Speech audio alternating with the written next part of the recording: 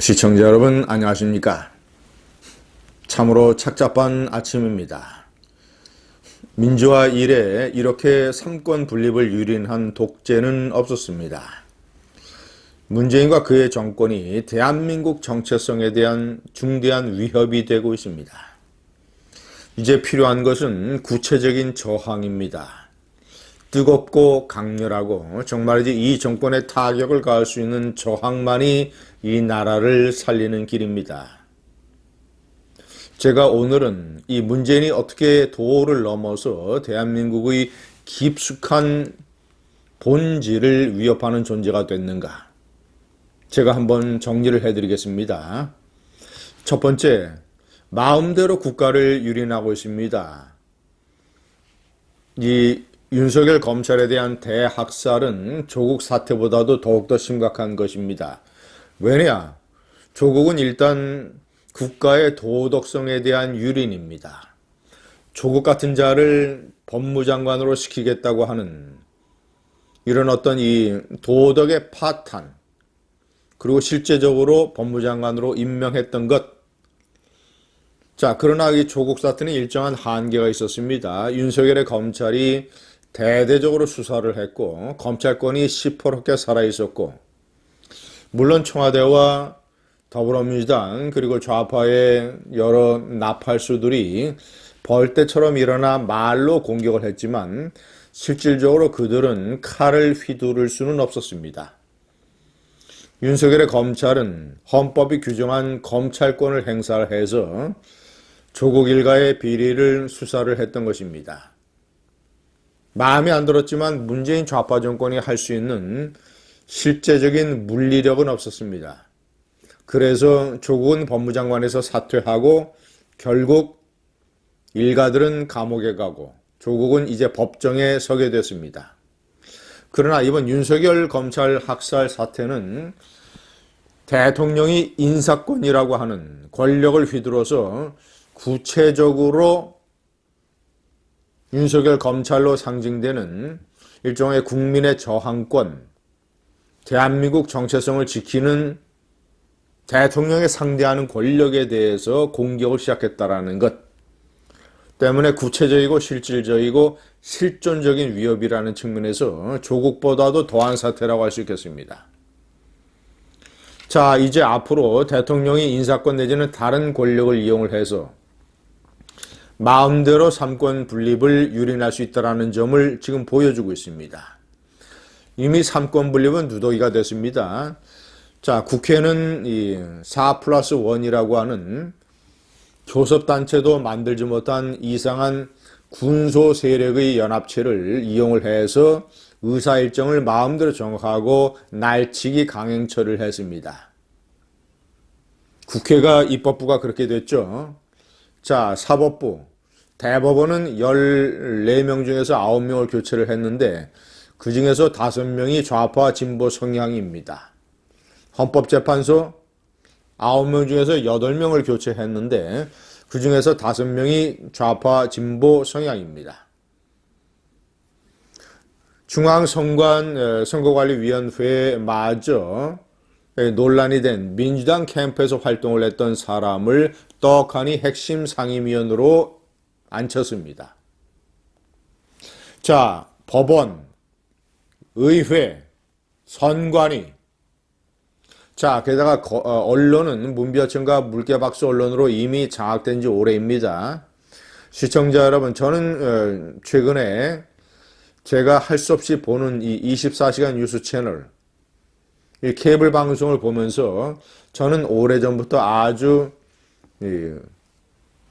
의아스러운 일을 목격합니다. 공익광고, 그리고 공공기관, 이들의 일종의 어떤 이 광고 몰아주기가 급증했다는 것입니다.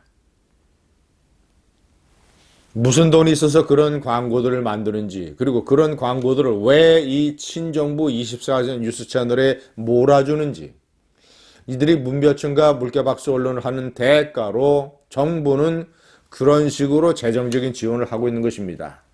서울시의 교통방송은 말할 것도 없고. 자, 두 번째, 이런 문재인이라고 하는 국가의 위협에 대해서 구체적인 저항의 실체가 윤석열의 검찰입니다. 지금 전광훈 목사와 기타 제야 지도자들의 광화문 집회, 광화문 혁명, 그리고 황교안 대표의 제1야당 한국당의 이 국회 안팎에서의 투쟁, 이런 것을 제외하고 정부 조직, 헌법에 규정된 정부 조직 중에서 문재인 좌파 독재 권력에 그래도 저항하는 조직이 윤석열의 검찰입니다. 물론 지금 벼랑 끝으로 몰리고 있지만, 자, 제가 세 번째에 평검사들이 일어나야 된다는 주장을 제가 어제에 이어서 오늘도 하는 이유가 이 평검사들의 집단적인 봉기가 가장 문재인 좌파 정권에 충격이 될 수 있습니다. 자, 일단 1차적으로 윤석열의 대검 참모, 그 다음에 서울중앙지검장 수족을 다 잘랐습니다. 자, 2차 인사에서 실질적으로 수사를 실무적으로 담당을 하는 각종 지검의 차장들, 특히 서울중앙지검의 차장들, 서울중앙지검과 서울동부지검의 부장검사들, 이런 실질적인 이 수사팀의 이 매스를 가지고 활동을 하는 이 실무선을 2차 수사에서 대거 제거할 가능성이 있습니다.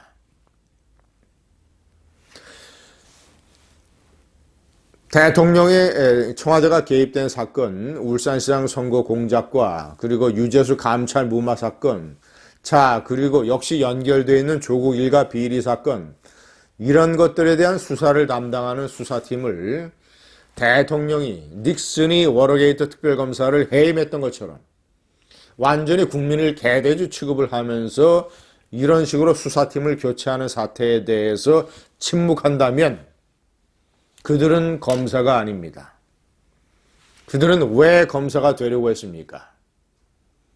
아니, 이 사태보다도 훨씬 더 못한 박근혜 정권 초기에 최동욱 검찰총장 사건, 최동욱 검찰총장의 혼외자가 드러나서 법무부 장관이 감찰을 추진을 하고 그런 와중에서 최동욱이가 사퇴를 하고 이런 사태에서 서울 서부지검의 평검사 회의가 열렸습니다. 그들의 명분은 검찰총장의 독립성이 훼손되고 있다는 것이었습니다. 아니, 그때는 명백한 최동욱의 개인 잘못, 혼외자라는 문제가 있었습니다. 그래서 박근혜 정권의 검찰총장에 대한 감찰은 적법한 것이고 옳은 것이었습니다. 그럼에도 불구하고 박근혜 권력에 대해서 반감을 가지고 있는 이런 평검사들이 회의를 열어서 검찰총장의 독립성 문제를 제기를 했는데, 아니, 그거보다도 10배, 100배나 심한 이런 검찰 대학살 사태에 대해서 평검사들이 왜 침묵합니까? 그때의 비교를 해보자면 전국의 평검사 회의가 동시에 다발로 열려야 될 것 아니겠습니까? 자, 네 번째, 지금 문재인 좌파 정권에 대한 주요한 3대 저항 세력은 첫째, 황교안 대표의 제1야당 한국당, 자, 두 번째, 윤석열의 검찰, 세 번째, 전광훈 목사를 포함한 제야 지도자들의 광화문 세력입니다. 자, 윤석열은 끝까지 버티겠다는 각오를 다지고 있습니다. 이제 윤석열을 도와주고 문재인 좌파 정권이 완전히 국가를 유린하는 것에 대해서 필사적이고 필수적이며 그리고 필요한 저항을 위해서 광화문 세력이 다시 뭉치고 더욱더 에너지를 강화해야 됩니다. 지난해 10월 혁명 같은 것을 이제 재현해야 됩니다. 조국 사태보다도 더욱더 심각한 윤석열 검찰에 대한 학살 사태, 대한민국 정신의 심장부를 유린하고 있는 문재인의 더러운 칼. 자, 이에 맞서서 국민의 저항권을 광화문 이승만 광장에 모아야 됩니다. 그래야 윤석열, 그래야 황교안, 윤석열, 정광으로 이어지는 저항의 3대 축. 이 3대 축이 지난해 10월 혁명 때 문재인이가 얼마나 겁을 먹었습니까? 결국 그래서 조국이 사퇴하지 않았습니까? 이제 우리는 침묵할 때가 아니라 우리는 방관할 때가 아니라 이제 다시 10월 3일 지난해 10월 3일에 그 엄청난 문재인 좌파 세력에게 공포스러운 그 장면을 다시 재현을 해야 됩니다. 감사합니다.